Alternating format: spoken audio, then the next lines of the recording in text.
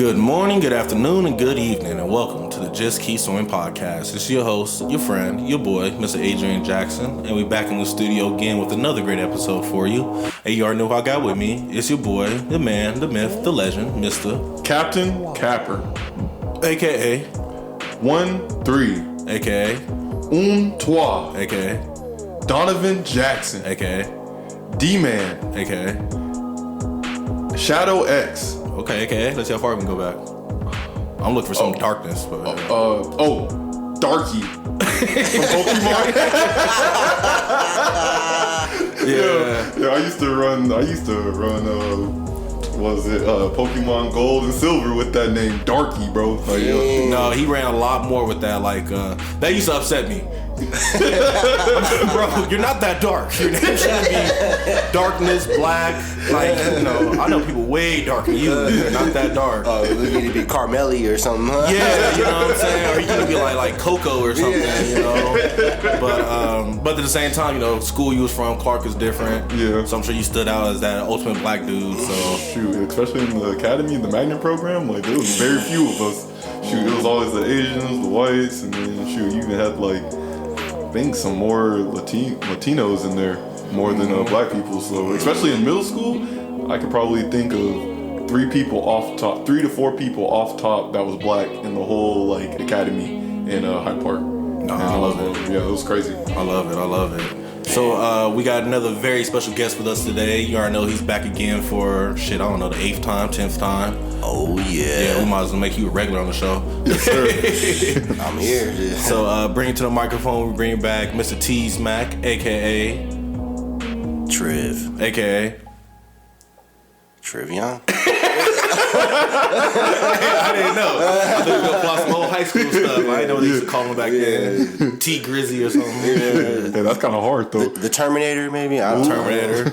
Yeah, I didn't really have many nicknames. It's probably Tink Tink because you had a tore both Achilles was torn. Yeah. Oh shit. Oh no, really? ACL. I tore both my both his ACLs, bro. Yeah, how? one in high school and one playing flag football. Yeah, one playing flag football. Yeah, that one was kind of gruesome, but no, it's all good though. You know, we're here today. I can stand up today. Right, I can't run that fast, but yeah, you know, I can still go to work. Yeah, I feel it, bro. But everything good with you, though, bro?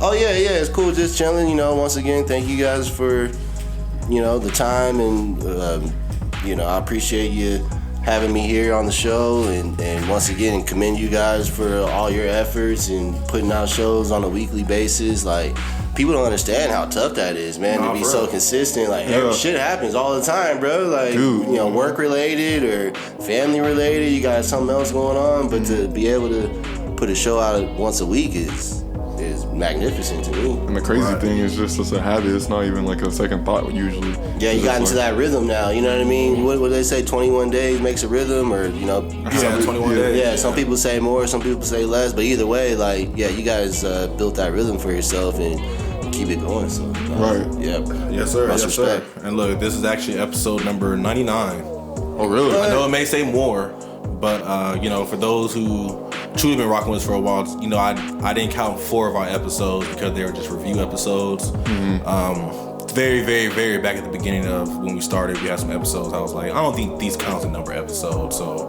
I count this as number 99.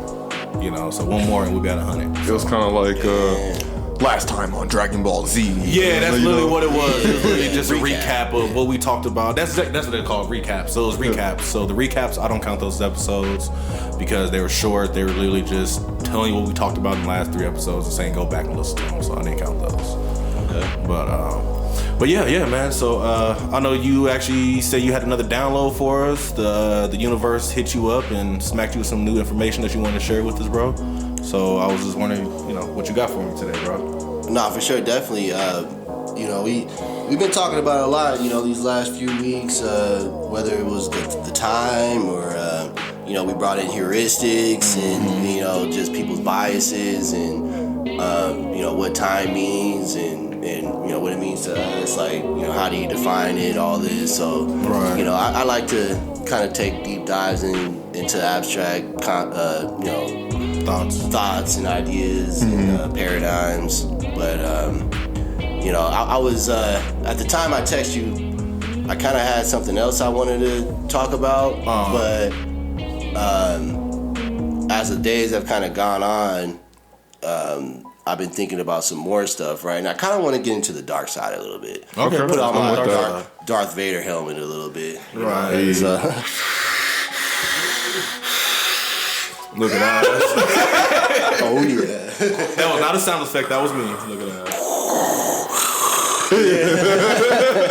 Yeah, nah, bro. I'm down though. Yeah. Let's go. Let's dive deep today. You know what I'm saying? Let's go to the abyss right now. So The part of the ocean we ain't supposed to be in. right. Well, so in particular, and you know, I don't want it to be like so like melancholy, right, or like super dramatic or whatever the case may be. But I think it's something that we all need to think about and incorporate into our lives. And what I'm talking about is shadow work. Shadow. Yeah, I've heard about that. Okay, cool. So Can you explain to me what that is? yeah, so like Don, what's your interpretation of shadow work? Given, I believe I was talking to this about talking to my quote unquote sis. Like I've known her since 5th grade, Right. And she likes to journal a lot. So like I think it might have been like last year, 2 years or so. But essentially, what like I understood from her is like diving deep into those raw part of yourselves that you usually kind of, you know, as the name implies, keeps it in the shadow, Right. Because you don't really want to think about it or address it.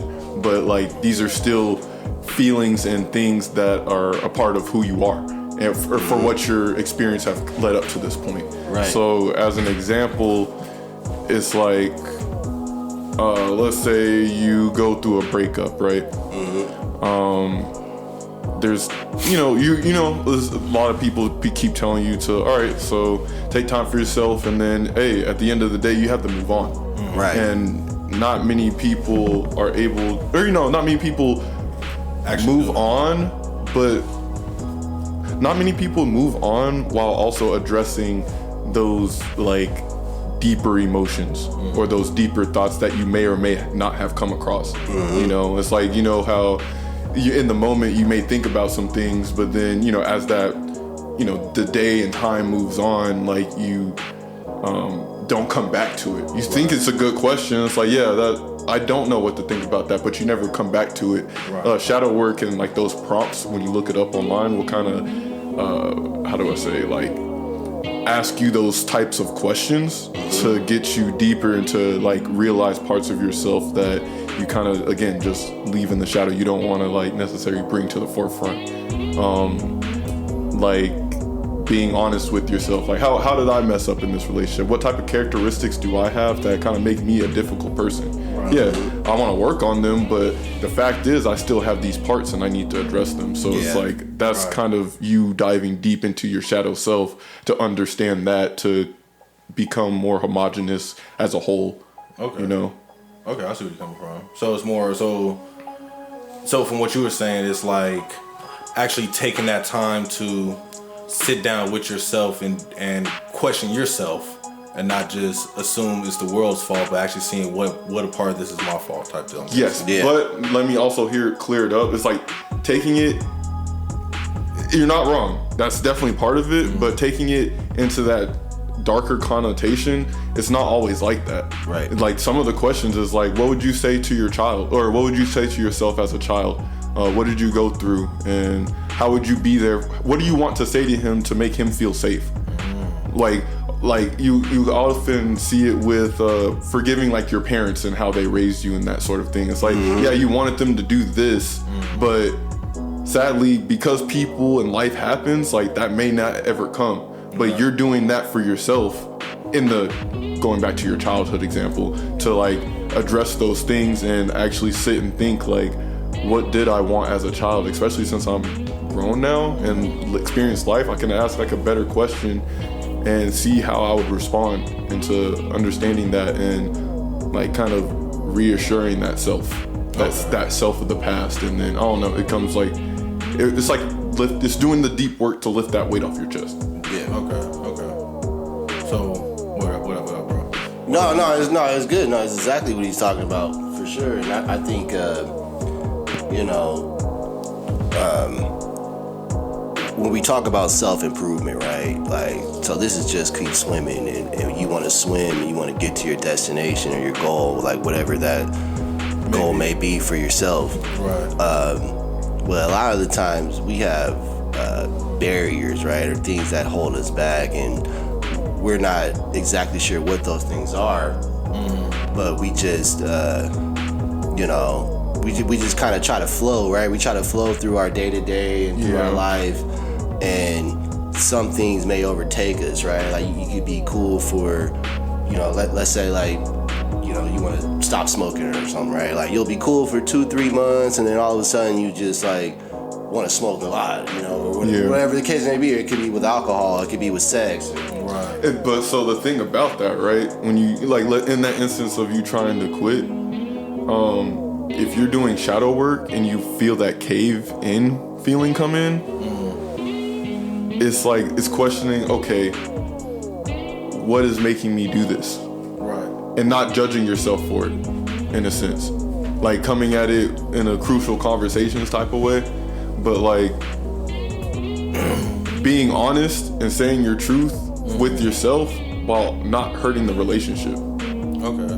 Because it's like, you did that for a reason. You feel you want to do this for this way. Maybe there's some external sources, but maybe sometimes you just want to smoke just to smoke. And that's, I guess, where you should be in terms of substance, if you want to look at it that way. Like, you should be able to literally choose, not feel like compelled to do a certain action. Right. Like, you want to be able to choose to do so, but in order to choose to do so, like, you have to make a conscious decision. You're feeling an impulse right now. What am I, like, in my case, is like, what am I trying to run from?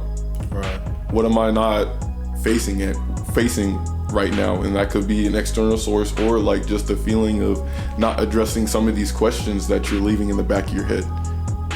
Because I know I fiend hella hard when I'm just chilling alone, and it's like there's a part of me that knows I should be doing something, and like I have the energy to do so, and it's like, but I want to go do this.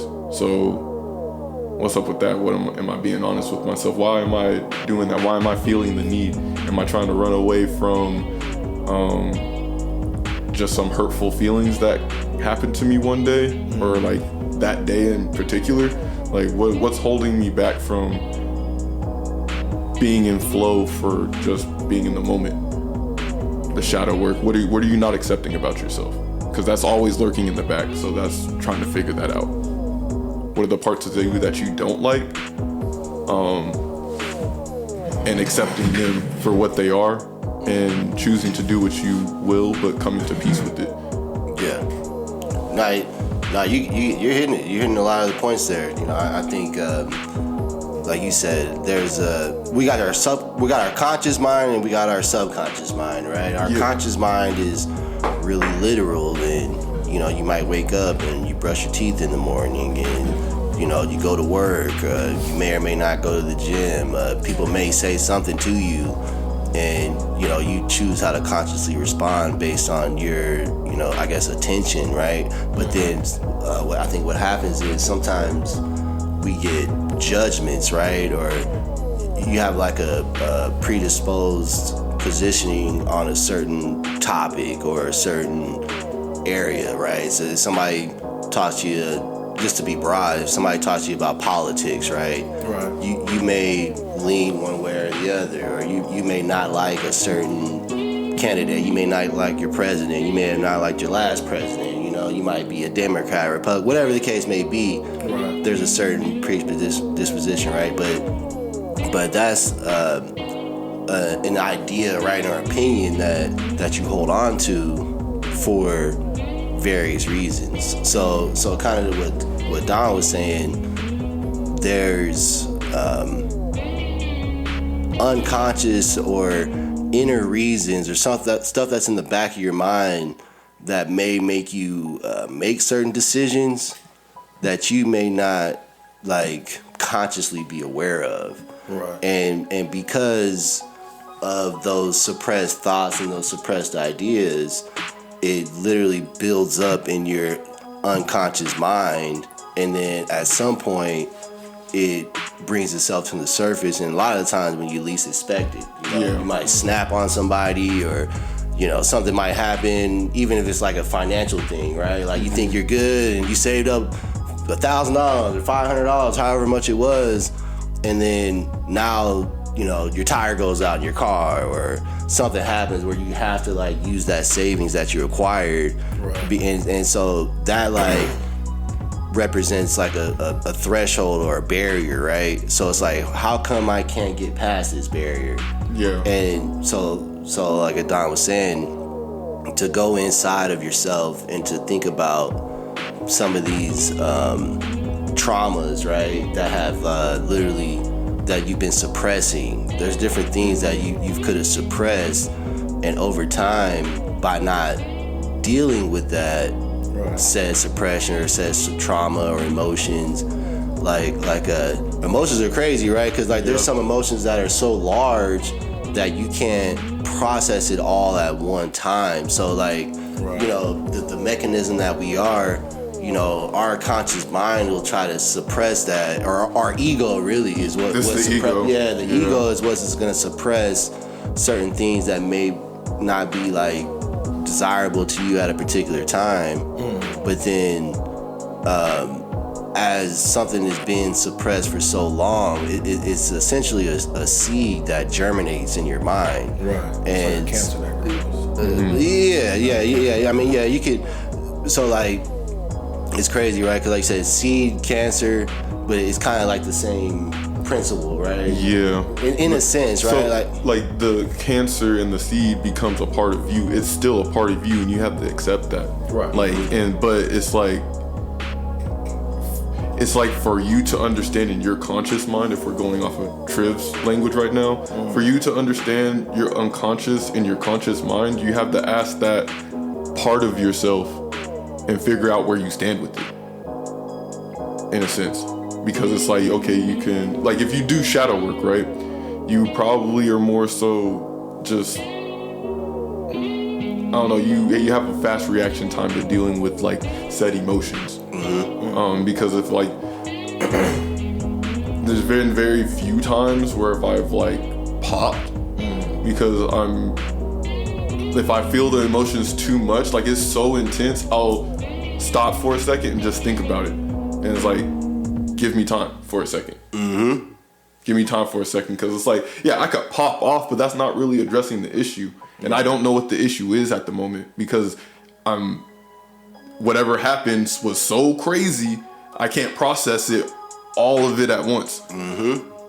So, but I still need to address that even after that moment, in a sense, because like if I didn't get to it right, but the moment passes, time heals, right? But that's just like a lump that wasn't addressed. Yeah. So it'll stay with you. It may not pop up every so often, like hella often, right? But it does grow, and you need to realize, okay, what do you want, and what's that barrier? You have to identify that barrier, like he's talking about. What's that feeling that I can't get past, and whatever, and then figure out where you stand, because it's a part of you. You made these perceptions on life and like who you are and how life works. Doing the shadow work is why you have those thoughts, and then that gives you a better ability to change where you're going in life. Yeah. No. 100%. Yeah. I mean, to me, that's accurate. Like I said, I'm not going to call myself a professional at it, but it's just something that we're all learning, right? These are terms that people use, right? Yeah, like, we got to do our shadow work and break generational curses, right? But it's like, what does all that mean? Yeah. Like you can tell me I can break a generational curse, but what is that if I don't know what it is, right? And then my thing too is like, you can look up prompts, right, if you want help, but you can just do prompts and not do any fucking healing if you're not literally sitting there and like thinking about it, and this takes time. Right. So it's not as easy just do the prompts. Like, bro, you gotta sit. And there's different tools for it, right? So some people go to therapy, right? Yeah. Therapy may be your outlet or medium to be able to talk about things that you may not have thought of, right? Because they said you can't really change your thinking with the same level of thinking that you're already using, right? So sometimes it does take another person in conversation to like allow you to bounce back and be that reflection to kind of let you know, or help you see things from a different perspective, right? Or an aspect. But I think, like you said, it's something that's prevalent because, like, a term that we hear is like, you just are who you are. I just am who I am, and people will like, give themselves excuses or use that excuse in particular to do things that they know aren't desirable for their life.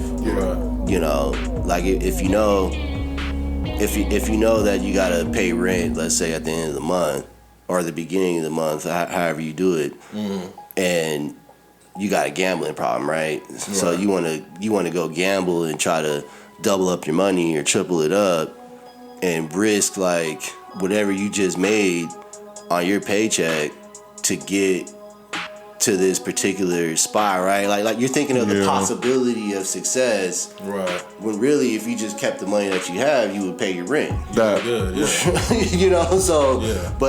But because of this, risk taking or whatever, like why am I taking that risk? Like what's the urge or what's the desire for me to do something that I know is not constructive or beneficial for myself and for my family or for whoever I'm taking care of, right? Or not taking care. You know what I mean? Like you could whatever the situation. Yeah, whatever situation you're in. So no, and that's that goes back to everything. That's like the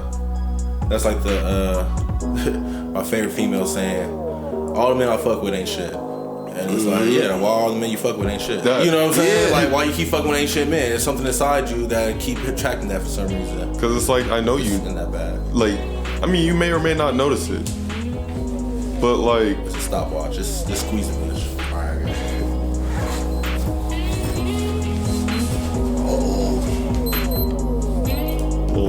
I have no idea how to turn that off. Oh, that's from football, that shit keep going off, bro. That shit go off every night at the same time.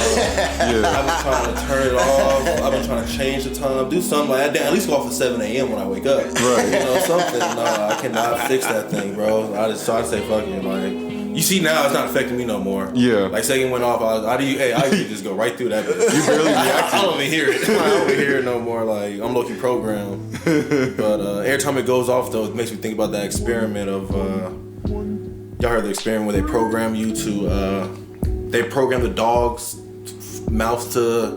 salivate. Yeah, so every time they ring the bell, they feed the dog. Ring the bell, feed the dog. Ring the bell, feed the dog. So then automatically when the dog hears the bell, he thinking food. Yeah. And then one day there ain't no food right there. And the dog loses his damn mind. It's like, hold on. You rang the bell, where my food at? But that ass perfect. This is a perfect analogy, bro. This is bro. The universe works for us. Yeah, exactly. That's it right there. Yeah. That's the perfect example of what shadow work is. Because a dog can't do shadow work, put yourself in that situation. It's like, okay, you got a question. Why the fuck am I?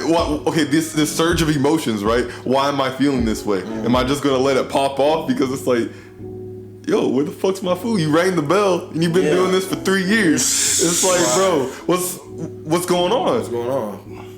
Come on, man. No, this is crazy. This couldn't happen. That's how it works, though. No, it's how like you said. It's the prime example. Like this stopwatch is inside of a bag, right? And it's gonna go off at any time. Every time at the same time every day. Every day. This particular alarm goes off.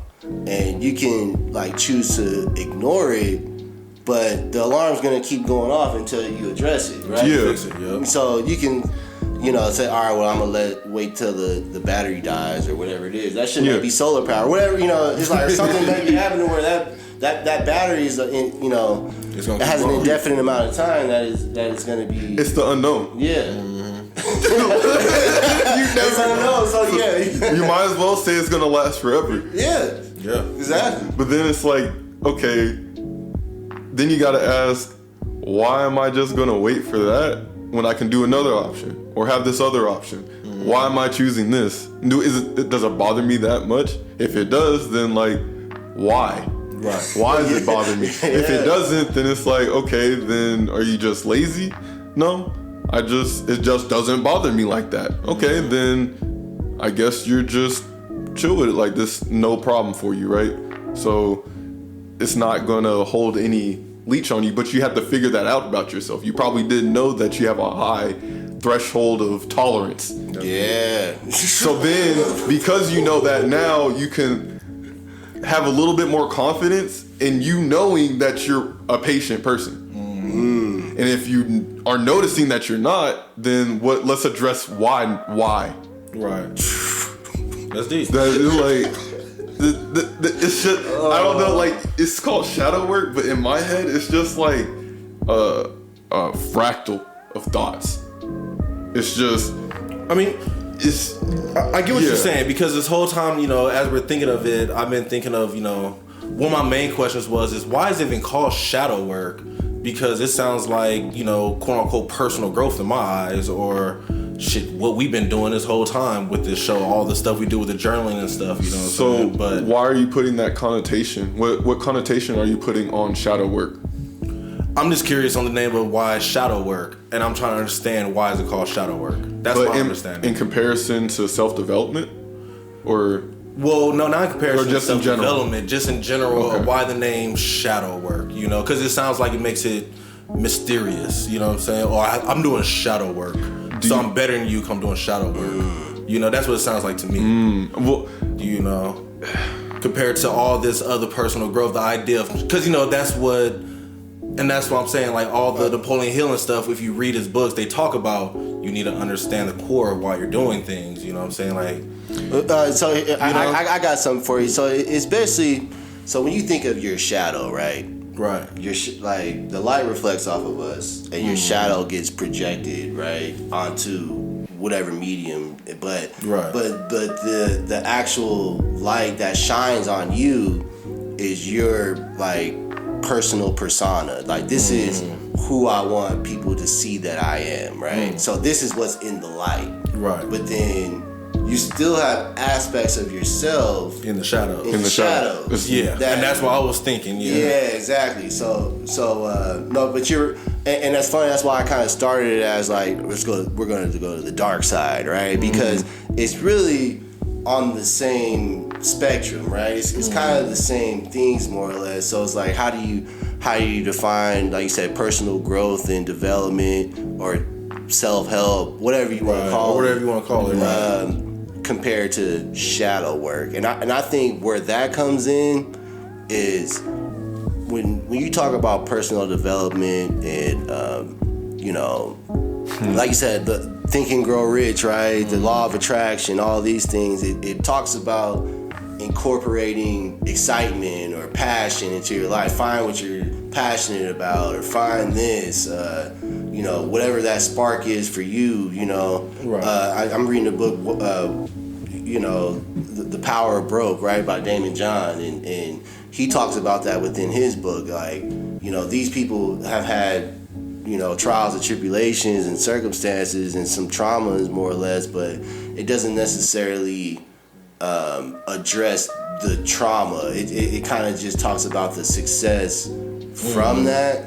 yeah. And so, in other words, a lot of that stuff is additive, right? Right. As to where shadow work is subtractive.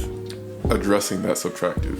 Yeah. Well, yeah, and addressing it, right? So, like you said, like, so if you have a traumatic event happen to you, right? Right. It's really hard to compare that to someone else's tragic event, because everyone's had different Tragic events in things their that life. have happened to them, and it's equally traumatic to them as whatever. So you could try to compare yourself Right, but to you other can't. people, but there's really no comparison. Yeah.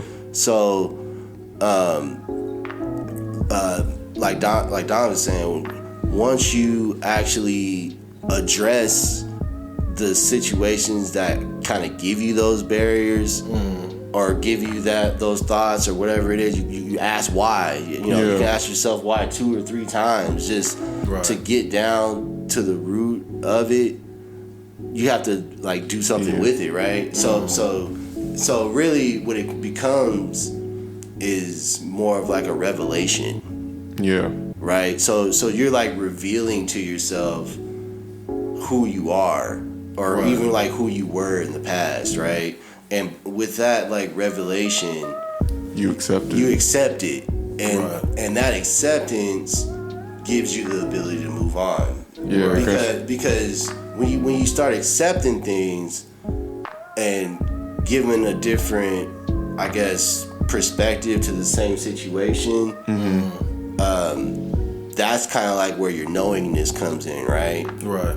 And so like once you kind of like know a situation for what it is, and not suppress a situation because it was so traumatic for you, you just didn't want to think about it anymore. Yeah. So like once again, like you said, it'll always, if you keep suppressing it, it's gonna come out whether you like it or not, in probably the worst way possible. Just because that's just kind of the nature of it. And so I was gonna say, just like an example of like that part of it, right? It's been just over a year of being single from my last relationship, and that was pretty tough on me just in general. But like I'm still getting sometimes where you just have that random thought, and it's just like you feel a certain type of way about it. Right. And it's like after a while, since it's been a year or so, I may have had like the same reaction to a thought multiple times. And you're like, why am I still reacting this way? Why am I still reacting this way? And then it's just like I have to, like, it comes to be honest, like, yo, I just didn't like that shit. Right. Okay, I didn't like that shit. Let's move the fuck on. Like, I know I didn't like that. So next time it comes around, it's just like, hey, it's just I didn't fuck with it, and this is the reason why I made my decision and why I need to move forward, even though it's nothing against it. It's just the situation and that residual feeling that's within me. Right. It's dealing with my stuff. I can't address it with her. I'm not going to. Right. But it's like how I feel about it, and seeing that shadow part that I didn't know the answer to for so long, and then finally figuring it out. It's like, okay, this is a part of me. I know where I stand. Right. I'm slowly learning who I am in my entirety, from my shadow to my light. So I guess my question is, what's the difference between shadow work and self-reflection? If you get what I'm saying, and that's what I guess I'm coming across. So when you think about I said like self-reflection is shadow work. Kind of, not really. So like self-reflection could really be an egotistical thing, because what happens is when you're looking at yourself, right? You're looking at that reflection. It's the beauty's in the eye of the beholder, right? So it's all about what you see about yourself, right? That you're identifying yourself with, right? And which is fine. I say it's a part of shadow work. Like, you have to be able to self-reflect to do shadow work, but it's like, and it's technically it's still self-reflect, but it's the intent. That's what shadow work is. It's self-reflection with like true intent towards like a certain direction. Right. And that's my mindset though. If I'm gonna self-reflect, I'm self-reflection with intent though. I'm not gonna just self-reflect to just, of course you have the day. Oh, that was a great day in life. But like, I guess that's my mindset. Just like, I just feel like it's just a fancy word. Am I tripping? Or I mean, it's like I said, it's like you can think of it that way. You don't have to call it shadow work. Like, for me, like, it's just, honestly, it's just coming into myself. Right. And that's what I call it. But shadow work is a thing. So let me ask you, like, so what's your definition of self-reflection? Yeah. So my mindset is when I self-reflect, definitely on certain situations, it's like, yo, why am I feeling this way in this moment? You know what I'm saying? What happened to me in the past that made me feel like this? That's why you journal, and I ask myself these questions of, what's going on?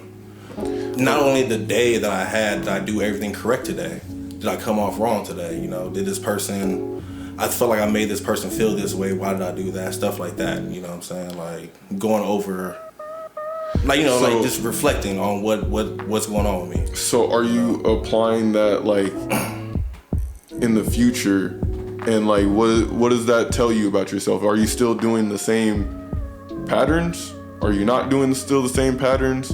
It's like, I may self-reflect on the day and wonder all these things, but it's like, okay, what direction am I doing it? Like, am I realizing that I may be projecting what I think somebody feels like? Or is this art? Is the story, like, what story am I telling? That's the shadow work. It's like, what story am I telling? And is that really the story? Is that what can I accept as fact about myself of what happened? And like, you can call that. So okay. I guess I'm just trying to, like, trying to put it in layman's terms. You know what I'm saying? Make it as simple as possible. So shadow work will be like reviewing my movie, like going back and replaying it from a different eyes. I'm like, ooh, I wasn't a good character right then, I guess, or you know what I'm saying? Or would that be considered like self-reflection? If self-reflection sounds more present, you know what I'm saying? And shadow work sounds like you're going deeper, you're going all the way back, I'm guessing. And is that what we're saying? I guess you can just use them interchangeably. You know what I'm because saying? Like, I mean, you can, I guess shadow work is generally used for going back to those deep past things and how you feel about it and how it's affecting you now. Right. But like, it's, and then you have the self-reflection, which is more present. Right. You can do that in the moment, but it's still all kind of like the same methodology. Still the same methodology. No, you're right. No, you bring up good points for sure. Like you said, like journaling is a common denominator, right? You talk about your friend journaling, and that's what introduced you to the shadow work, and you're talking because you journal quite often as well. So it gives yourself an opportunity to see what you've been doing, right? So what Don's saying about the intentions, right? Like you could journal just to kind of dump your brain and like see exactly like what you've been going through at a particular time. Right. You can have you can be like critical of yourself, right? And say, did I do this right or did I do this wrong? And I don't think shadow work is necessarily about that. It is, but it's not. Like you want to almost ask like a past version of yourself or your inner child, like what happened to make me act certain ways, So in other words, if you're journaling and you notice yourself doing a specific task or acting a certain way towards one person or anyone, right? Like, or just like if you recognize a theme within your stuff, it's like, okay, what gives me that theme, right? Like why am I reacting like that? So it's like doing the work on the theme rather than the action, like, if that makes sense. Like doing work on the genre rather than the movie. You have a certain genre about you. So changing it from action movie, like asking myself, why is this an action movie and why is it not a drama? No, it's like, why is the last 5 movies was a action movie and not a drama? Like, what is up with this theme? What is this genre of movie that I keep displaying? This theme, like, why are you displaying this theme, right? Yeah. Why is this a theme for me? Right. Or why is this a pattern for me? Exactly. Right. Okay. And then too, once again, I'm not gonna say I'm a professional on any of this, but shadow work could have different meanings for different cultures or people, right? So in other words, there's a lot of spiritual modalities who represent their ancestors, right? And your ancestors and your genealogy is the most important part of you, right? Like that's where you come from, right? That's where your like lineage comes from. Right. And a lot of the times there's things that have happened within those lineages and genetics that get passed down through your DNA. Right. So because of these circumstances that have happened in maybe past lives or something, I mean, it all depends on what you believe in, but to me it kind of I guess not to get too metaphysical, but when we think about genetics, you know, you think about your grandma, you think about your great grandma, then you think about your great great grandma, right? And a lot of people have Ancestry.com and there's different technology now where you can find your family, right? You can get your blood type or your your DNA mapped out, and it'll tell you, you know, what ethnicity you are, you know, what countries you're from, and break it down to the percentages and probability of like where you were like born or originated, right? Mm-hmm. So through that lineage, it's told that we sort of take on these different genetics, right, or these different characteristics from individuals that came before us, right? And so there's a lot of people who would like take shadow work to that extreme and say, okay, I need to honor my ancestors, I need to honor certain gods, or I need to break these curses. I need to break these curses. So remember the episode we did about like generational influences? It's like what we were talking about with dad and granddad. Like you know granddad, you know dad, you can see some of granddad and dad, and then you can see some dad in each other. Right. Why is it that way? Right. And it could even be a good thing. It doesn't have to necessarily be like good or bad, but especially if it is bad though, and you notice it, what makes me continue this? Yes. And then you have a better chance of legitimately breaking the curse because you realize that you're kind of predisposed and you're being aware of yourself. So you're making sure like you're going a certain direction. That's why it's like a theme. The theme, you could say the theme of our male lineage, right, is like how do you want to say, like anger, I guess, or fussiness. Right. Yeah. So aggressive, yeah, can be aggressive, yeah. So I noticed that I'm not that far away. I've noticed some of the natural tendencies, like especially with emotions, like those kind of carry on. Like sometimes I'll feel the emotion hit and I'll think like, I can see dad be mad at this, or I can see somebody else mad at this, like my environment. I can see somebody else mad at this, but do I have to be mad at this? Even though this emotion's here, I don't have to use it. I know it's a part of me, but like I don't have to show it. Right. You know, I don't have to enact upon it, but I'm understanding that it's there and I need to address that at some point. Right. Because then I need to understand, why am I having this emotion and how can I get rid of it? Rather than just like noticing I get mad just like them, and then like, oh, that's just, you know, it runs in the family. Right. Okay, you're your own damn human being. Take control. But you have to understand yourself. You got to know who you are and understand when those types of things happen. Question that and understand what you're like predisposed to throughout life and just your environment, and understanding that part of your unique self sometimes and accepting it and just like moving in that direction. And if you want to change your direction, you can change it. So do you think there are parts of the quote-unquote shadow that you can't work on? Parts of the shadow that you can't work on because you don't know your heritage? Like, what if I didn't know my heritage, or I was adopted or something like that? Like, how hard do you think it would be harder for people like that because they don't know their genetic pool? Or I would say, like, I guess my idea is, how important is it to know your genetic pool to really help out with this? No, you're right. No, you're asking good questions. No, for sure. Like, I don't know nothing about this. So I feel like it's like more of a tool. You can use researching your genetics and like your family lineage as a tool, but it's not necessary, because you still have to understand, like, you still have to be aware enough of why you feel certain ways about certain actions, especially if it's a problem. The things that you don't want to accept a part of yourself, like embarrassment. Okay, I want to go and chop it up with this chick, but I'm anxious. Why am I afraid? Well, I've been afraid as long as I can remember. Why though? Like, what makes me scared? What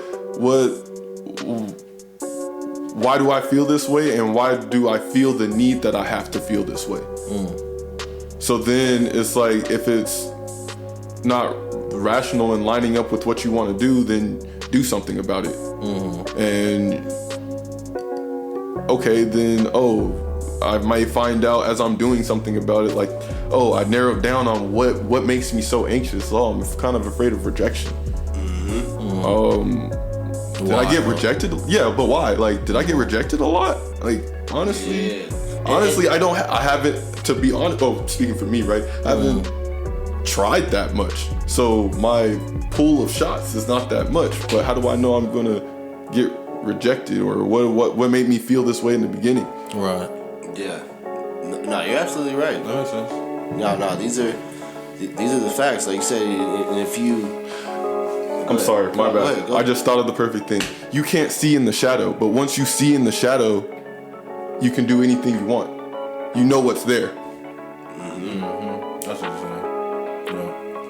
So what about the things that you don't know that's there, though? Like the things that happened before you was even able to hold your memory. You know what I'm saying? Well, you'll know when it comes up. Because, like, you can't find out all the answers if, like, immediately.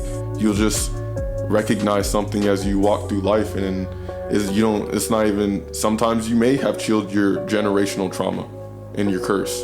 Maybe you've already done that, but that probably took you like 5 years. What happened? You got to this past 5 years points. Okay, what happened 5 years ago? Right. Years are long. Years, you actually go through some shit every single time. Yeah. But it's like, you kind of just want to erase that outer edge as close as you want, but honestly, maybe not much has happened. Like, let's say you were born wealthy, right? And, you know, riches and riches and riches, like, everybody was healthy, everybody died naturally in your family, like, you're good. Next thing you know, your sister gets in a car wreck and explodes. Okay, well, nothing, I've never seen or heard any of that, like, okay, well, I have to get through this year. I can't process all of that at once, but I'm gonna try to process it, but I may forget. That's when you can kind of start looking at your family lineage, because like then, let's say you're the third, fourth generation down. Oh, that happened, and that's why I'm probably, I don't know, just PTSD or just anxious about something, or like I really care for people and hope they drive safe for some reason. But like either way, it's like just understanding that part or trying to clear that up, and it's always going to keep revolving. That's when you, I guess it comes to where you said self-reflection is present. I guess that would get closer to that gradient for the things, but like, I don't know, it's just being constantly aware and just, I don't know, just this shit's so crazy. You're right. Like you said, it's kind of, that's why I wanted to bring this up, because it's an interesting discussion to be had, because like you said, if you're reading certain books and you're gathering different information, right? You journal, so there's a self-reflection aspect that comes with that. There's a learning aspect, you know, you're getting different people's perspective, right? But then you also have to like question what your own perspective is, right? And how you got to that point. And so you know, it's all really subjective, because everyone has a different level of success, or a different like you know, thing of what success is for them, right? That's like, so it's hard to like gauge, like, okay, is this characteristic good for me, or is it detrimental to me?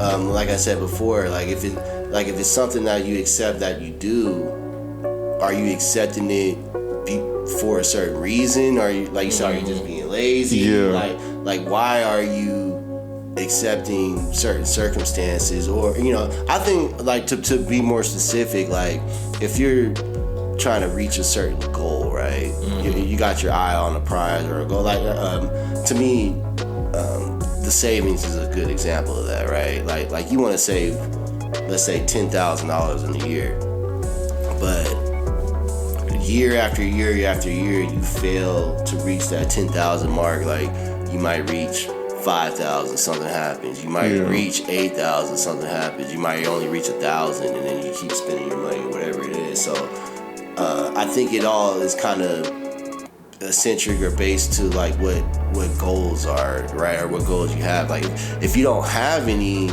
goals or aspirations per se, then to me it's kind of like, I don't want to put any bad connotations to it, but so if you're just living just to live, right? You work, you got, you get your paycheck, you come home, you have enough to pay your bills. Yeah. If that's like all you're worried about, then that's cool. And to be honest, you're probably not listening to the show. You know what I mean? Yeah. But either way, if you want to improve yourself and you want to, have that vision, that grandiose vision of like, this is who I am or whatever, we have to question why we were never there in the first place. Yeah. Right? And it's taking that ownership of yourself for not getting to where you want to go. Ownership is a beautiful word, but But that's why you accept those parts of yourself. Like, okay, so, and it's like a bad connotation, right? Like when we put a generation curse, right? It's like, oh, it's because I'm feeling anxious because of all of this stuff, right? But it's like, it can also be like recognizing and having confidence in the things that you've already done too. Yeah, I mean, okay, so I think I have the perfect example. We have two bad examples. I got a perfect example. For me, it's the idea of me going to college and actually, going to school for the years I did. You know what I'm saying? It was always a lot of reasons why I did. Shit, my big brother went. I want to be an example for my little brother. You know what I'm saying? Who knows? You know what I'm saying? I want to be a marketer. Shit, as a black man, that's what all these reasons why we went. And a lot of times I look back on it of like, why did I really go though? Yeah, you know what I'm saying? Exactly. Like, why did I truly go? And a lot of it, if you think about it, it was really, honestly, I probably just really went because I was literally told to do that, and that's all I knew. You know what I'm saying? That's all I knew. That's literally all we was knew. Like, I hate to say it, but that's when I get into the point of forgiving my parents for certain things of, I can't be mad at my mama for this because, this is all she knew. You know what I'm saying? I can't be mad at my dad for this because this is all we knew. You know what I'm saying? Like, every time they say, oh, you went to school, you should be doing big, blah, blah, blah. I'm like, man, school was just a whole another 4 years. You know what I'm saying? Like, that wasn't no... Yeah, I'm probably a little smarter or whatever, a little more sophisticated, where the fuck the word you want to use. But at the same time, it's kind of like... It was just more of...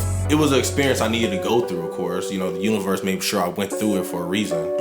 But at the same time, every time I think about it, it was like... I kept saying, oh, this person told me to go, this person told me to go, blah, blah, but it was like, no. At the end of the day, I wanted to go, and that's all I knew. You know what I'm saying? I wanted to go somewhere. So, like, what...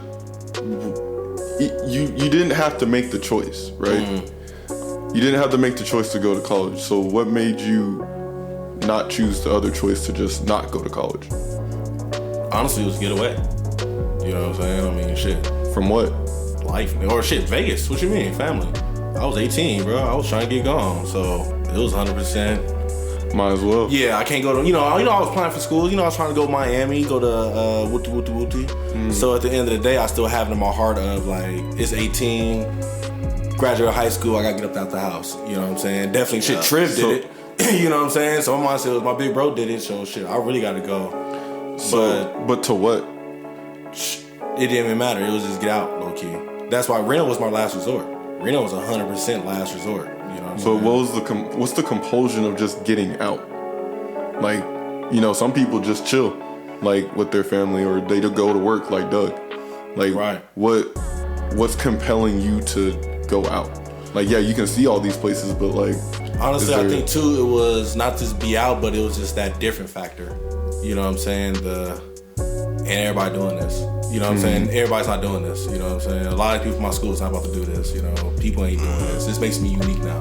This makes me stand out just a little bit more. I'm not that quote unquote statistic You know, and they throw that in your face all throughout the high school. You know what I'm saying? Oh, you gotta be statistic. Don't be statistic. And you know what I'm saying? So it's like, shit. As a black male growing up in this school system, that's what you was like. And that's the ultimate get out. You know, that's the ultimate get out of jail free card type deal. Mm-hmm. So yeah, freedom and brainwashing. High key, but yeah. That was basically that's a perfect example. It still wasn't bad though, but that was like the shadow work you would guess. I'm guessing. Yeah, like that. Like, this whole dialogue for that specific situation. That's kind of the stuff you'd ask, but then you can just imagine it's much harder towards those like things that you don't want to necessarily look at. Like self-reflection would be that, right? Mm-hmm. It's like not necessarily bad. You're kind of proud of it. Right. Shadow work is like deeper, like you know those vices that you keep indulging in, right? Like or just the parts that you don't want to show other people. Like maybe it's just like your laugh. You think it sounds weird when you like hella laugh, so you don't do that much like around anybody unless like they're close with you, right? But then you could ask, why am I afraid to laugh in public? Yeah. Why am I afraid to laugh in public? And then what makes me comfortable with laughing with the people I do laugh with? Yeah, no, you're right. It's just the parts that you don't want to necessarily show. That's why it's in the dark. But you gotta reveal the light to accept all of you if you want to accept yourself. Yeah, you know, we're thinking about the yin and the yang, right? Like the holistic view, and so to me, it's easy to see like the good parts of yourself, right, or the parts that you're proud of, and the light, and so those are the things that you may brag about to people. You know, I did this or I accomplished this. Like, you know there's people who will still tell you about their high school playing days. You know, and they're like 10 or 15 years out. Like, oh man, when our team went to the state championship. No. Or, like there's people that... All state. Right. Right. So, absolutely. So, people like have these moments, right? And they're quick to kind of tell you those particular moments where life was like good for them, or that it was like the most desirable for them at that particular moment. But, are you happy with your life now? Right. Are you in the present? Or are you... Like where are you? So if you constantly have to tell me about these particular things, and I get it too, like, you wanna, like, a lot of people are proud of their children, right? So like you might talk about your child all day because of X, Y, and Z, or man, he gets good grades, or my kid's on the basketball team or the football team, whatever that case may be, and that could be like another almost form of shadow work, right? It's like where you hear people all the time say that, like, parents. I mean, you've experienced it firsthand, right? Like refereeing games, and like the child like may not even want to be there, but the parent is like so hell bent on them playing and being good at it, right? It's like, and then even if their child is not necessarily that proficient in the sport, they're still like treating it as if like they're the best person on the team, and they're they may not be, right? So that, I think that's a whole different sort of perception of it and way to see it. So that's a beautiful example, actually. Yeah, you know what I mean? Because it's like because you're actually looking at yourself and the best versions of yourself through your child, when really your child is not you. Yeah. So you're projecting yourself so much on this individual that might give that individual trauma. Yeah, but then the kid would ask, the kid is asked, like, if I don't like it that much and my parents keep getting on me, why do I come out here and have an ego about the shit? Like, oh, I am the best. Right. Yeah, but I don't even like playing. So what's, and then that's kind of how, like, I don't know, especially, kind of how like that is like forcing us to do the sports. Yeah, that would get you confused out there. Yeah. You're hella confused. Your mom out there screaming, you the best person out there, and you like, I don't like this sport, mama. Yeah. And even the coaches will be like, yo, you're a good player. I don't fucking like this shit. Yeah, I don't care. Good or bad is irrelevant, because I don't give a fuck about being here. Yeah. But And then that right there, now you wonder why am I stuck doing shit that I'm good at but I don't like? By the time you're like 18, when you actually have your own choices, so it's like 36. 36. Yeah. You know what I'm saying? I'm saying 36. Oh yeah, I'm a great salesman, but I hate sales. You know what I'm saying? Well, why are you doing it? Yeah. Why the hell you doing it then? I don't know. I've been doing this since I was 8. You know what I'm saying? That makes sense. That makes perfect sense. True. Deep. That's hella deep. That was a great way to. Thank you guys for teaching me what shadow work is. You know what I'm saying? I had to play devil's advocate because I didn't know what it was. You see, I had a notepad or nothing, so I was 100% just learning just now. So, and I had to ask questions for the people out there who can't ask the voice. It's perfect. Yeah, it's perfect dialogue. Yeah, for sure. So, and I guess the next part of this, right, is like, so you think about shadow work and, you know, going into these dark depths of your subconscious and to pull out things that may, you know, trigger you in certain situations. You're trying to figure out like why you are the way you are, right? Mm-hmm. Like I said, that, you know, self-reflection or whatever it is that, you know, you call it, you know, people we're calling it shadow work right now. Mm-hmm. So if you dive, I guess, too deep into it, right? And you're constantly trying to visualize like why certain things happen to you or what's going on. Like you're in your past, right? So like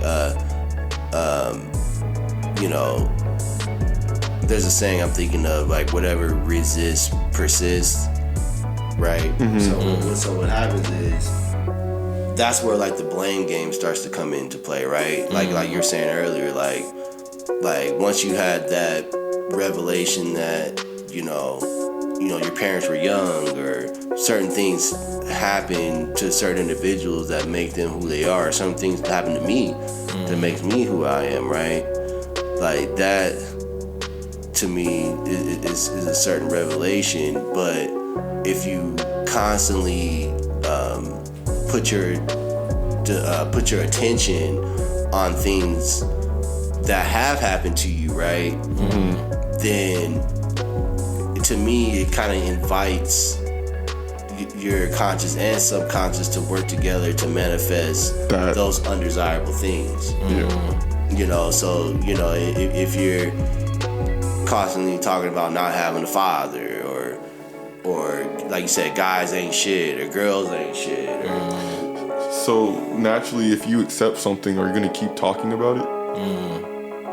Probably not. Probably not, right? If you accept something, you know what it is. Yeah. So it's over now. Now you've accepted that as part of your makeup or part of whomever's makeup, and you're not like judging for it. Yeah. It's not a judgment. It's just an acknowledgement. You have to like acknowledge and let it go. Let it go. Yeah, acknowledge it and let it go. Hey, this is what it was. This is a part of me. So be it, right? Right. But what happens is like people dive so deep into it, right? And you try to, I guess to take it back to like the genetic example, you know, you might dive into like who your grandfather was or your great granddad was, and then you try to like figure out why they were like whatever, and then it brings up all this slew of emotions or possibilities of like what could have happened, right? Based on like the stories that you're told, whether it's by your relatives or the internet, right? Whatever it is, you know, you can find, like, because I mean, I'm sure there's people like that every day where, you know, they might look up their father's name on the internet or whatever the case, or their mother's name, and then you might see that they were in jail or, you know, past. Oh my God, I'm a criminal. Yeah, so there's, I guess what I'm trying to say with that aspect is like,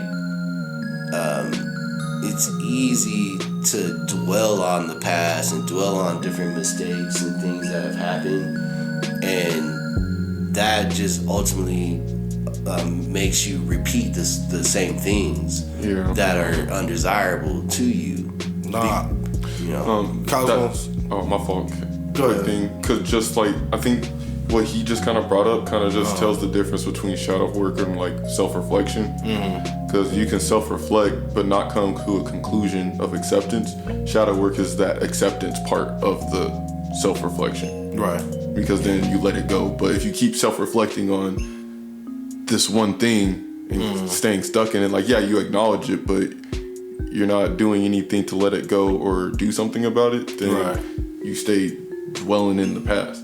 Oh, because if somebody does this, I'm gonna react this way. Oh, I know I react this way because of my dad. Yeah, no, and that's what I was about to say.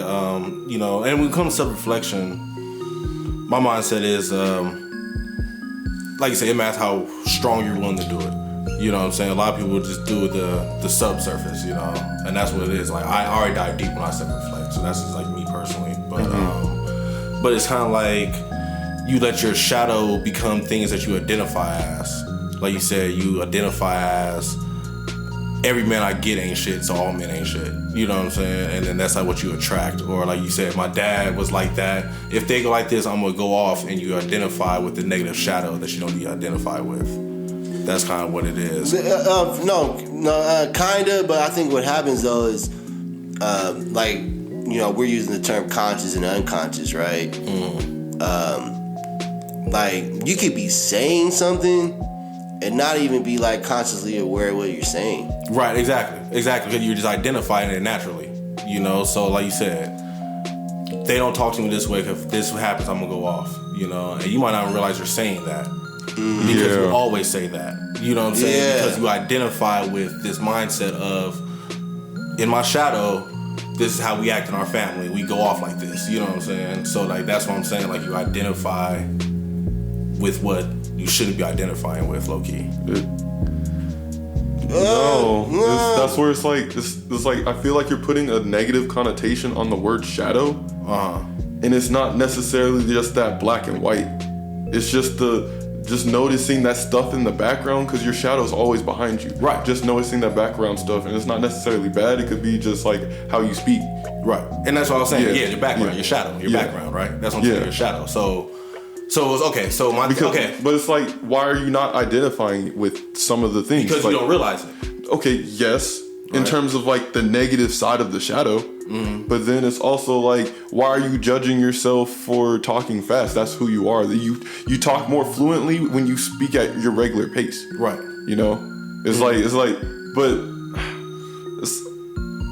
I don't want to say you don't want to identify with it. It's just accepting that for who you are and what that is. It's not saying that you're going to keep doing that thing, but it's just like the acceptance, like, yeah, I accept that my family back here, and I used to, for a degree, used to go off. Right. But it's also, I'm just passionate, and I understand that passion. Like, that's my passion sowing in a negative way, but I need to understand that, yo, when some shit like that happens, I feel a way about it, but if I don't want to react in a bad way, doesn't mean I have to stop being passionate. It's understanding that I am passionate, and then I'm mad and it's reacting this way, but I can change the way I react when I'm mad, but still be passionate and let people know I'm not cool with that shit. Right. But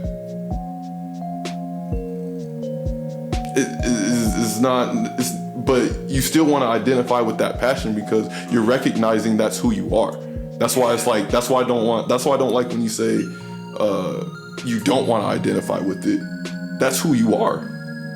Why are you not going to accept the backside? That shadow's still you. Right. Because no other shadow's the same. It's you. It's a part of your existence in this world. Okay. So accept it, but you just have to understand what you're accepting. Right. Yeah. So what if you don't want to accept it? I mean, if you don't want to accept it, then, I mean, so that's precisely what we're talking about, right?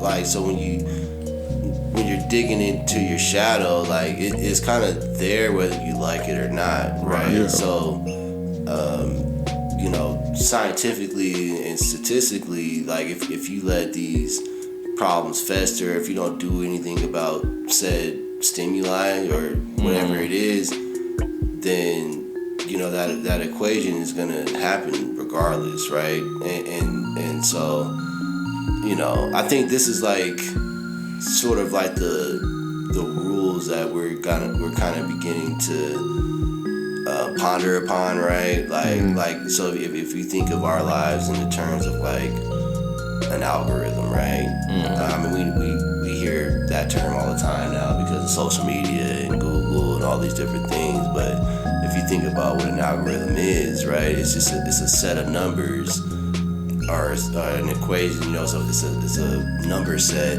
that essentially, you know, what you put into it, there's going to be a certain thing that comes out of it, right? Right. And so we have to, I guess, just like understand that part of yourself. Yeah. We have to, And you have it's just it's just what you choose to do with it. yeah. So you don't have to do anything. You know what I mean? At the end of the day, like, you know, you do what you want to do in life, right? And whatever happens will happen. And whatever's gonna happen is gonna happen. It's cause and effect. Like, you know, if you don't, basically, if you don't make any causes, then you're just gonna be an effect to something else, right? You know, Right. so you have to like affect your causes, so to speak, right? Or you have to cause your effects. Like you have to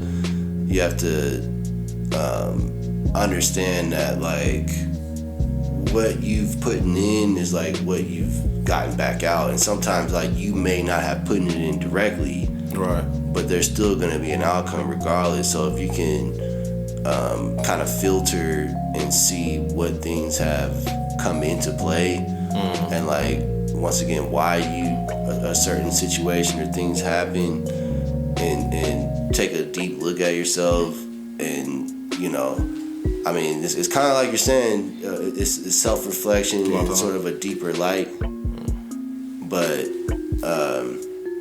you know, and once again though, what I was gonna kind of say too is, you know, we talk about this shadow work and we can dwell on those things that you know, make us who we are, I would say, right? Or whatever, whether it's good or bad.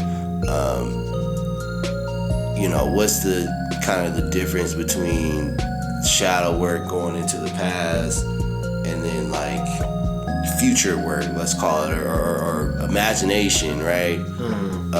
Creating your future self, so to speak. So like if you see yourself as a different individual in the next 6 months or a year, you know, what does that feel like for you, right?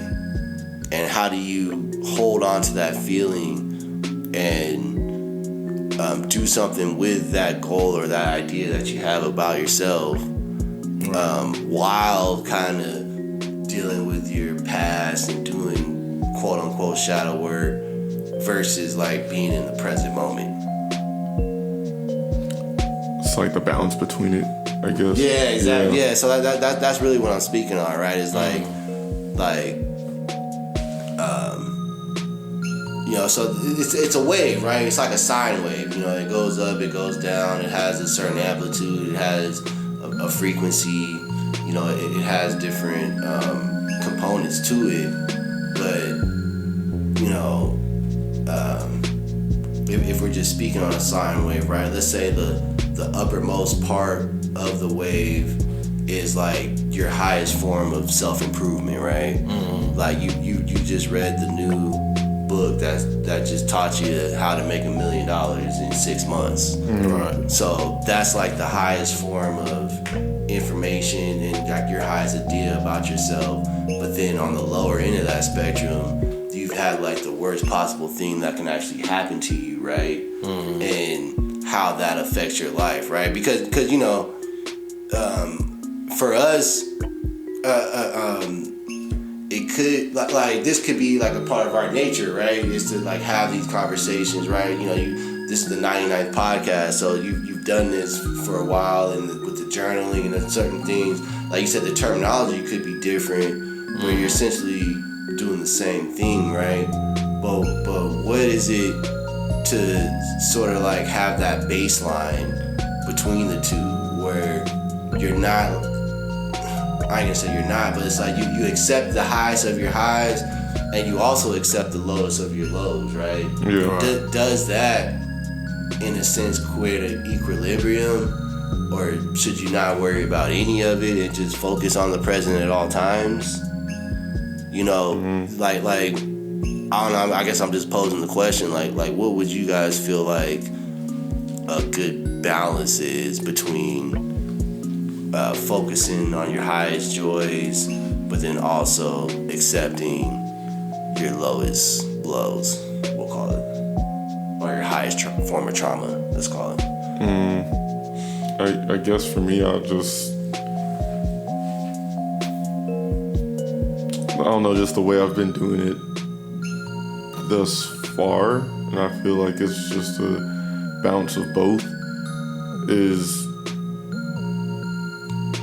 questioning how I'm feeling and why I'm feeling every so often. Like, but also within those times where it may be on one extreme or the other extreme. Like EDC. One of the best 3 days I've ever had. It was cool. Like, I had a cool group. We stayed together and we saw some cool shit. Saw some crazy things happen, and like, okay, after that one highlight happened, right? Like, whenever I get the chance, I just think back like, why did I enjoy that? How did I feel about that moment? Why do I enjoy it? What about it? That was, okay, that happened. That's cool. That's really nice. I'm glad I took the time to use self-reflection to accept that fact, even though whatever it may have been, but like, I was happy in that moment. But then, what got me to that moment at that too, right? Okay, well, I had a nice amount of people. Like, it just helps me accept the story of what happened for why I felt that way. Now, if I switch to the bad side, like something tragic happening, it's like, okay, how do I feel? Why do I feel this way? Like, what happened? Like, how did it get here? Where is it going to? When is it going to end? But like, damn, that sucks. Like, that really happened though. Like, this, like, it's out of my control. And I doubt anybody else is going to ask me how the fuck I feel right now, depending on the situation, especially if I don't have an outlet. It's just like, well, how do I feel about it? Like, that's like the only thing I can do to escape the feeling without necessarily using an outside source. But this is what's getting to the root, because if I do something else, then like, I'm not within the moment. I'm not figuring out what I need to figure out. So how do I feel? Like, damn, if I need to cry, I'll cry. Like, why am I crying? Oh, this sucks. Yeah, it does suck. I can't get away from it. Oh, I accept myself for at my lowest moment right now. All right, then, but I don't know, just not running away from the uncomfortable, because being in dark is uncomfortable naturally, like, even just as animals. But just, I don't know, just like when you catch the breakfast in the morning, when you are in danger at night, just take it in and see how you feel. Just check how you are in that moment, and think about how you got to that moment. And every moment, don't shy away from it. Just periodically, I don't know, just ask the question: how do I feel? How did I get here? Why do I feel this way? I feel it. Yeah, no, for sure. And like I said, so to me, it's a wave, right? Yeah.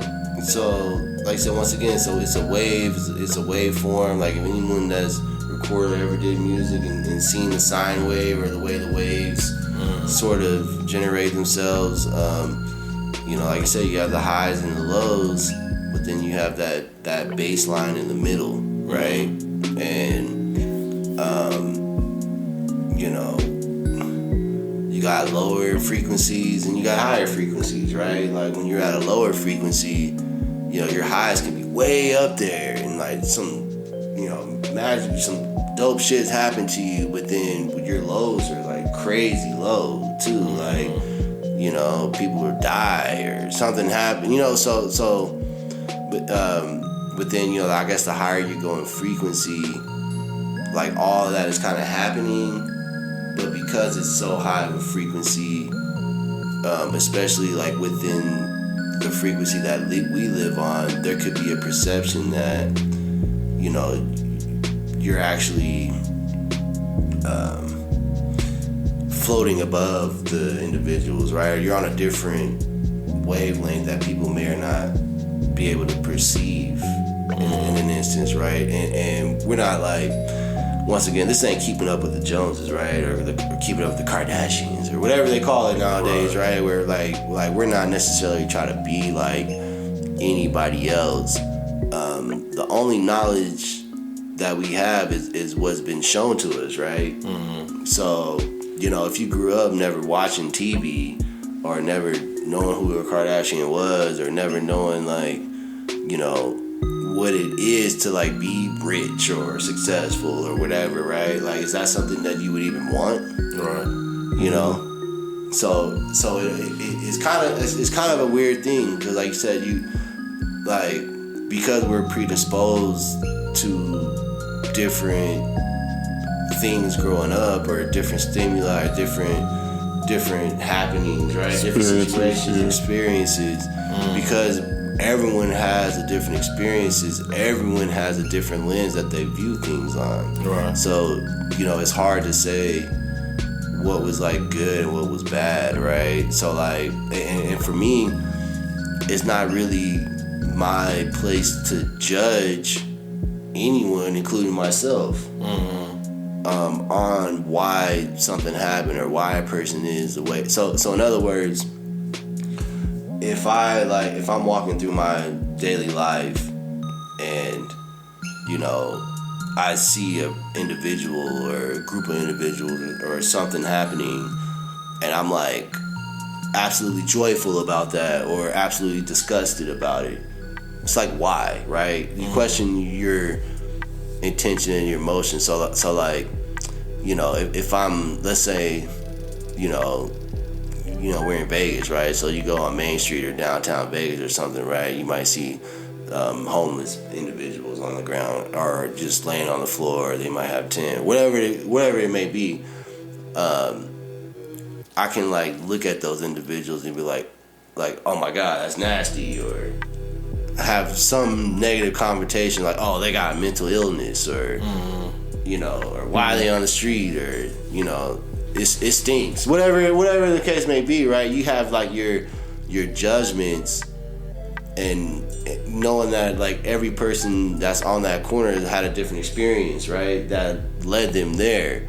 So like, who am I to judge how a person got there, and why would I stereotype one of these individuals based off of just because they look homeless? They may not be homeless, you know what I mean? Like, but just because like a person might be walking down the street on Main Street and you think he's homeless just because of the area that you're in, because you're so like predisposed to seeing certain people in this area be homeless. So like, I'm automatically thinking that the guy I'm seeing is homeless, but he could really just be walking to the gas station. Yeah, the gas station, right? His car's at the shop, right?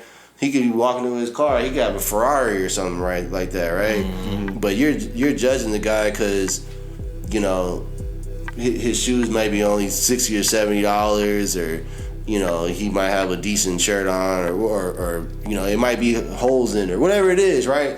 All I'm saying is these different it kind of goes into the last episode we had with the heuristics, but like all these different perceptions and judgments and biases of people that we have, it comes from somewhere. And so we have to like discover where these things come from and why it makes us feel the way that we do, right? Yeah. And you know, I guess to kind of like sum it up in my eyes, if we focus on how we're feeling, right? Like you said, like you'll take how you're feeling in a particular moment. You know, it could have been, you know, a rave, or it could have been a breakup, whatever it was, right? You sort of like reflect in both of those moments, right? And that kind of like quote unquote defines who you are in that sense, right? Like Yeah. you have like a self knowing of who I you am are. because I reflected within those moments. But yeah, on both sides. Yeah. Right? And so I think for us or for humanity really to get to a point where we're not judging people based on certain situations and based on your color or based on your job or your girl that you got or the car that you drive. You know what I'm saying? Just based on anything. Like we shouldn't be basing anybody based on anything other than who they are, right? Right. And you know, I mean, it's crazy because you got the what Martin Luther King said that, right? Judge not by the color of the skin, but the content of the character, right? I mean, that's paraphrasing it more or less, but to me, if we can get to a place where we're not judging each other based on things and look at things from a more, I guess, more of like an ecosystem friendly sort of vibe and like sustainability sort of aspect, right? Like, are we living or are we dying, right? Are we taking care of each other? Are we taking care of ourselves? Yeah. Or are we at the, you know, or is somebody at the detriment of us because of our actions, right? You know, so to me, it's getting down to that basic, I guess, paradigm or ideology of like who we are as a humanity, right? But that starts with the individual. Yeah. You have to look at yourself first to see what sort of contribution you may or may not be making to yourself first, your family, your community, you know, your city, the world overall, right? And I mean, you can make it political and say your nation or you need to fight for it, but it's more than that because at the end of the day, like if we're on Earth and you know there's oceans and rivers and things that are getting polluted and things that are happening just because of our negligence, you know, we need to take a closer look at why some of these things are happening and how we can sort of like combat that in a constructive manner, right? So it's like either, you know, I mean, it's kind of fucked up these days, but it's really the truth. Like either you're a producer or you're a consumer. Yeah. Either you're producing product or content or you're consuming it. And you know, America is like the number one consumer in the world, right? Like we take in way more than we produce. Yeah. And because of that, like there's it makes it normal, right? It makes it normal to just eat a bag of chips and just throw it away, or you know, you drink a bunch of water bottles, whatever, you throw it away. You don't know where it's going. You just, oh man, the recycle guy's gonna come pick it up, and then you just leave it at that. But you may not even know where the next step of the chain is. Right. You know what I mean? And because of that, it's just an ignorance that we have. That's almost like a program thing, right? Because if we're not shown the proper ways to recycle, the proper ways to sustain ourselves and to have better food for ourselves or to do things that will serve ourselves and to serve the people around us, then to me, like, we can't really see any like true growth or true prosperity in that sense, right? Just kind of I guess my last thought on it is taking it back to that sort of like seed perspective, right? Like you plant a seed, right? A seed is gonna take a certain process in order for it to grow. So you can, you know, an apple tree is gonna be different than an orange tree, right? Which is gonna be different from like potatoes, which are essentially vines in the ground, right? Or what? So like there's different processes for the different fruit, right, or the different seed or trees that are out there, but if you don't like know the process, then it may be like you can, you know, by dumb luck sort of produce an apple tree or whatever, but if you're not watering at the proper time, if you don't germinate that seed at a proper time, if it doesn't get the right amount of darkness and the right amount of light, it doesn't grow. It doesn't grow.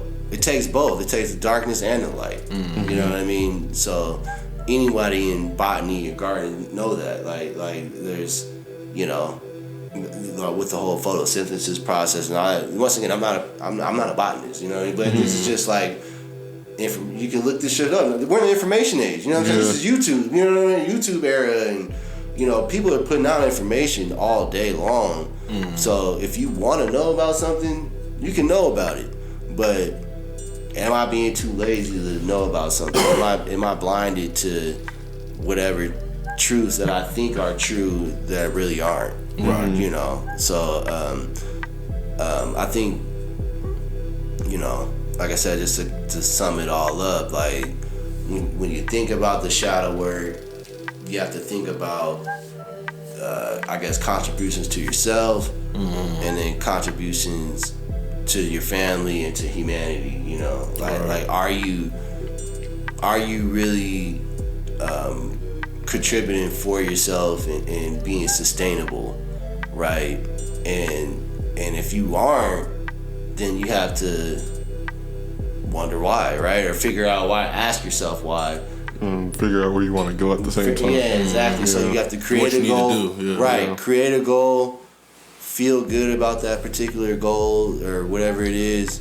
Know that you're gonna get there, but then understand why you came from a certain place. But at the end of the day, you have both of those, but you still have to be here in the now. And because if I'm constantly just pondering about all this shit, then I'm never gonna do anything. Right. Because I'm just wondering. You know what I mean? I'm just using my imagination, and I'm never applying any of the knowledge that has been given to me. Right. So, but that's kind of. Yeah, no, I agree with that 100%. The last tip, and that's what I think I was gonna say. My thing is, I'm not really in the past or the present. I kind of just been in right now. But that honestly kind of hit me because talking to Adam, shout out Adam, he's talking about the way my human design is. I need to be more instincts. You know what I'm saying? I really need to be truly mindful at all times type shit, because that's when I want to see my signs. So that's why I've been practicing, Yeah. But yeah, bro. Donovan, that was. I'm glad you brought that up too, because I was gonna say something about that. Like when you look at your human design charts, right? People that don't know, human design is kind of like a mix between astrology and numerology, and it's a complete comprehensive guide to knowing what your traits are, right? Whether it's good or bad or whatever. There's different channels that can be connected through different traits and through different based on when you were born, and that's exactly how the charts are designed. It's you have your conscious aspect of yourself, and then you have your unconscious aspects of yourself. And then if two of them connect, then that sort of creates a channel where you're flowing in that sense, right? You understand and you have to struggle through stuff, or you're predisposed to this or that. But everyone is different, right? And then that's when it starts to come into the tribe mentality, right? If you meet people who connect certain dots with you, then as a tribe and as a community, you're able to produce a lot more, right? Or sustain yourselves a lot more, at least, because what I may not have, Donovan has. What Don may not have, AJ has, right? And it just kind of goes into the, it uses all of our energies and connects and combines them to form this sort of super unit that allows us to grow and prosper and stuff.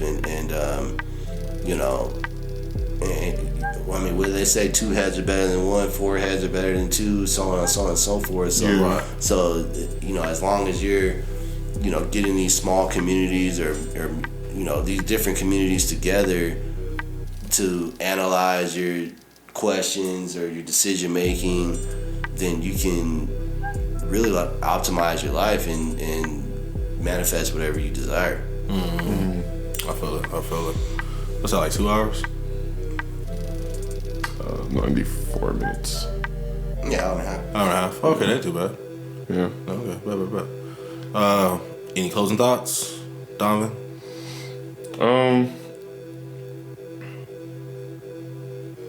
No, not too much. Like, I think I got the main gist of what I wanted to say, and then also like the whole last part is just like facts. Just need to figure out how to make it all work together with each other, but it all starts from within at the same time. Right. So, I don't know. Yeah. I feel it. Yeah, you know, I guess one more thing I would say is like, we don't want to undermine anybody's trauma or anything that people have gone through, right? Once again, we all have our own traumas, but I can't say that like I've been through things, you know, like in other words, like, you know, people go through like tragic car accidents, right? Or plane crash, or, you know, a person might have got killed, or, you know, you might have got raped or something like that, right? So like there's like traumas out there that are like really you know, just prevalent, and it's something that is hard to let go of, right? You know, once again, not to like, I'm not trying to compare my traumas to any of the major traumas that's been out there, but people that have sort of been through that stuff, you know, it's really about the acknowledgement, right? Acknowledging that things have happened, and understanding that information gets suppressed. And then I guess what I'll say too is like, when you think about the conscious mind versus the unconscious mind, like you think of the unconscious mind as like everything that you've ever went through. Everything that you've ever went through has been recorded, right? And so if you think about like a hard drive or something, right? It's like your DNA is like it's the storage of the data, and like every single moment that you go through is being recorded, whether you're like watching the tape or not. Right. You know what I mean? It's like a security camera, right? Security camera's always rolling. It's always gonna catch those moments, right? Wherever you're at, but it takes for me to look at something to realize what really happened. Yeah, for it, you know. So if I suspect that somebody robbed a place at this time, or somebody took something at this time, or I know a fight happened at this time, or I know somebody won the lottery at this time, I can go back and take a look at that, right? And that like becomes a memory. You know, that's a conscious memory that I can like, you know, that I'm like always sort of thinking about. But the security camera's always rolling no matter what, right? So because there's so much information that's involved within your subconscious mind or your unconscious mind, a lot of messages that you may receive tend to be more or less like symbolic, or almost like mythology, or like so like you might have a certain dream or something, right? And that dream might have a reoccurring theme or something that happens within the dream, and you can't necessarily put a literal meaning to it, but it's just your subconscious and your unconscious mind trying to like reach out to you and speak to you to say, hey, you know, maybe, because once again, like with our conscious mind, you know, it's kind of limited to our language, right? Our language, and not even our intentions, really our language, you know, because like we're trying to be so literal with stuff. A lot of things are so big, there's like not words, right? It's unutterable. It's like you don't really have the words to sort of like speak what you've went through, but your subconscious will still try to give you these messages anyway, based through symbology, or you know, you might see the certain numbers, or you might, you know, like I said, the dreams are a big one, right? Like dream interpretation and trying to like figure out what your dreams mean and stuff like that. Like that's another thing that can kind of help you, I guess, do some of the deeper shadow work to figure out like why did I have that dream? Yeah, why are you having this dream, or why are you going through a particular circumstance or whatnot. But yeah, you know, like I said, like it's. I think we're just kind of scratching the surface, but we did do a good job of being, you know, objective about it, and especially with you asking certain questions and being like almost more cynical about it. Like that's good. That's good dialogue because, you know, to me, once again, we're like, it's all about our definitions of it. Right. So we have to like create the definitions and then the awareness of like what it is that we're going through and dealing with, and that awareness in itself and acceptance will help us grow. Right. Yeah, no, and I fully agree, bro. And like, look, I know we beyond time, but backstory. The reason I was like so cynical on it because it was like, I'm getting tired of coded messages and I'm trying to get things down to literal terms now. You know, layman's terms, how can I make this so anybody can understand it? You know what I'm saying? Because we had a work meeting the other day. I was telling you guys a little bit about it, but you know, the boss get up there and start talking and, you know, his $9, $10 words and, you know, throwing a little shine on it and stuff like that. And I'm like, I can understand what you're saying, but you talking a lot of code to me. I need you to break it down a little, you know. Let's take all this fluff out and just get to meat and potatoes, you know. And then I feel like shadow work was like, it just, for me, it sounded like one of those, you know, how people started just using the term, oh, I'm this type of wooty wooty wooty, and it's like, or I'm doing this type of this, that, and the third, or I'm on this type of diet, and it's like, man, just say you don't eat fish. You know what I'm saying? You know what I'm saying? No, like, but you know what I'm saying? No, I get that, because like that shit kind of be pissing me off too, because it's like like if you're really doing it, you don't really care about it. You barely talk about it. You barely talk about it. Like yeah, for sure. That's something to label what you do, but if like somebody's just constantly blaring about it, then it's like I doubt they're really doing it. Right, and that's what it sounded like. It sounded like a fancy word, like, oh, I'm doing shadow work tonight, you guys. Sorry, I can't come out. Yeah. It's like... No, so that's, you know that's why I'm really glad that you came at it the way you did, because that's what people tend to like, you know, it's a fad, right? Or like I said, I'm on a keto diet. Yeah, you know what I'm saying? I'm a pescatarian. Yeah. I'm doing this and I'm doing that. So that's why I wanted to kind of approach it in that aspect. But, you know, I guess in the same token or the same sentence, like, you know, it's all representative of our language that we use, right? So... And English is like one of the worst languages ever. You know, as far as the double meanings and metaphors, and it's like you're speaking in code and languages, and it's like just get to the point. So like we have to, you know, use all these, you know, analogies or, you know, similes and different poetry methods and all this to try to convey a message. Poetry methods. Yeah, no, for sure. Yeah, similes and metaphors, right? Like it's like so. There's people that hey girl, I love you.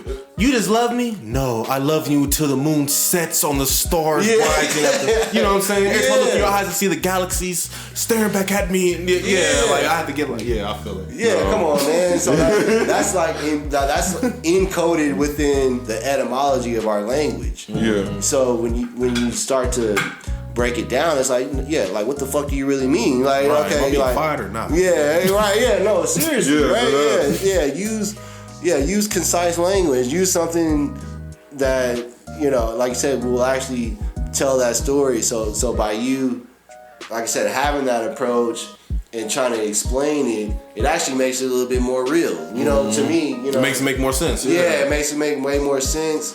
And you know, like I said, we all don't think the same. So, you know, that's why I like having the dialogue between, you know, like the three of us or whoever, just because we all have different perspectives, and each one of our perspectives will allow somebody else to figure it out on their own. And but then, you know, once again, at the end of the day, you could just, it's gonna be like, yo, it's just three niggas on a podcast. Next, you know what I'm saying? Like, so like nobody gives a fuck. You know what I mean? So like, But the people who do speak our language Right. will Understand. Yeah, start to understand it and start to break it down for themselves. And you know, like I said before, you could get way deep into it with, you know, worshiping certain gods and finding your spiritual parents and Right. doing like major work in Blood-type that sense. diets. Yeah, so you could get super deep into it, but But I think the thing that's like the boundary that you need to like just keep is just like, but what do you want to do Yeah. at the end of the day? Yeah, exactly. It's like, or who are you doing? What are you doing this work for? Right. And I feel like that's where it kind of just you'll start to notice the things that you need to address to know what you want to do because of who you are. no, for sure. And I think I'll end it with this, right? So you got, like you said, you have to know where you're going, right? It's I always like to use the metaphor, the analogy of like, you know, you walking, right? Like you can, let's even go to let's go to high school, right? Like when most people can drive when they're 17, 18. What is the, I don't know. 16. Is Yeah. it 16, right? I had my license when I was 15, right? So I was driving Cheating system. then, right? Yeah. So, you know, yeah, just have you get your permit. No one can really be in the car, but I can drive myself. Either way it goes. You know, before my ability to drive, I had to like rely on one of my parents to take me to school, or the neighbor to take me to school, or I can like get on the bus, right? Or I can walk. So those are like my options, right? Those are the only options I had until I realized, or not even that I realized, like the opportunity was presented to me that I could drive to school. So that became another option, right? So you start driving to school, but then you get a car, drive yourself back and forth. But then what's my next destination, right? All right, well, I want to go to school in Arizona. So how am I going to get there, right? I could drive to Arizona. That's maybe a 4 or 5 hour drive. If I tried to like take the bus, that would have been probably like 8 to 10 hours. If I would have tried to walk, 5, 6 days. yeah, that would have been a couple days, a few days, right? Yeah. Try to walk to Arizona. Just saying all that to say, we can only do like what options are available to us, or what the options that we know, right? So like if you've been on your block, and you've lived on the same block or in the same neighborhood your whole life, and you never went out of town, right? You would never have a different experience or like perspective of anything, because your only perspective is your block, right? You've never been out of Vegas or out of Chicago or out of LA, wherever you're from, right? So if you've never been out of there, every single thing that you know is based off of where you've been at. Until you just have to have the thought to go somewhere else. So once you have the thought to, you know, go to Europe or to go to different places, it's like, all right, how am I going to get there? And then those options will start presenting themselves to you, right? So to me, you know, it's a good balance between like knowing where you're at and knowing where you're going, right? And then appreciating the journey on the way. Because the journey is going to be different, right? Like there's people, you know, like I might only go out of town 2 or 3 times a year, right? There's people that don't go out of town. There's people who go to 3 or 4 cities a day to do business, right? They got private jets and, you know, all these different things. So if we never choose the destination, then like it's gonna be hard for us to have the experience. So goals are just so important. You know what I mean? Having a goal and kind of knowing what you want to accomplish, like beginning with the end in mind, so to speak, and you know, not sort of like it's tough now because with YouTubes and all this stuff, it's easy to like experience stuff without being there, right? Like you know, I can look at a video of somebody skydiving or on a cruise or in a mansion or you know in a Bugatti or whatever it is, right? So like you can like see the insides of it and really like sort of have a superficial experience without like actually doing it, right? So in that sense, it kind of is a little difficult to like really figure out like what you actually desire for yourself, right? But you know, once you sort of like find that desire, passion for you set that goal, and then if you're having problems getting to that goal, it's like why? And then that's where the shadow stuff comes in, or the self-reflection, and then you just, you know, it's a cycle once again. Like you just keep floating. So that kind of go. It all is encompassed in the just keep swimming mentality. Because if you think about a fish can swim forever, right? Because it's moving in a wave. It's a sine wave. It's going back and forth. Like its tail is wagging back and forth in a synchronistic fashion to where, you know, there's really no. Like they're reflecting at such a high frequency on both sides, the good and the bad of it. They're just there. They're encompassed in it, and then they're electromagnetically attracted to individuals of their same liking, right? That's why you got schools and leagues of fishes and different, right. You know. So even with us, right? Like we tend to. Hang out or go with people who like have the opinions the same as our own, because that's what's comfortable for us, you know. So, but if you want to like go against the grain and go to deeper waters or whatever, you might have to be by yourself for a while, right? Until you find that crowd that you like or whatever the case may be. And then even when you find that crowd, you gotta ask yourself why the fuck you even want to be here, right? And so, you know. Saying all that to say, it's like, do the fuck what you want to do with yourself in your life. You know what I mean? Like there's no fucking real rules to this shit. It's just It's just a tool. Just do with it what you will. Yeah, just do. Yeah, exactly. Yeah, do what you want. Yeah, I agree. Do what you will, man. Do what you will. But yeah, no, I think I like what you said before all that though was know where you are, know where you're going, and enjoy the journey there. You know what I'm saying? I think that's as simple as it can be. You know? Yeah. So, yeah, we way over time. So let's go ahead and wrap this up, fellas. T's, appreciate you, bro. Oh, all good, you know man. You know, I feel like it's a long, deep episode, but great episodes always. So. No, all good. I appreciate you guys listening, and they never really go the way I'm thinking they're gonna go, but this was good though. I like this dialogue. No, and that's how it works, bro. It never goes the way you think it's gonna go, but shit, you know, we was going. Yeah, we was going, yeah, for sure. Yes, I feel it. Bros, appreciate you for everything today, man. You know what I'm saying? Great knowledge for sure, always. Everybody out there listening today, you already know, hit us up on Facebook, TikTok, Twitter, Instagram, or jkspodcast702@gmail.com. Hope you guys had a wonderful day, a marvelous afternoon, a splendid evening, and remember to just keep swimming. Hey, look at that unison.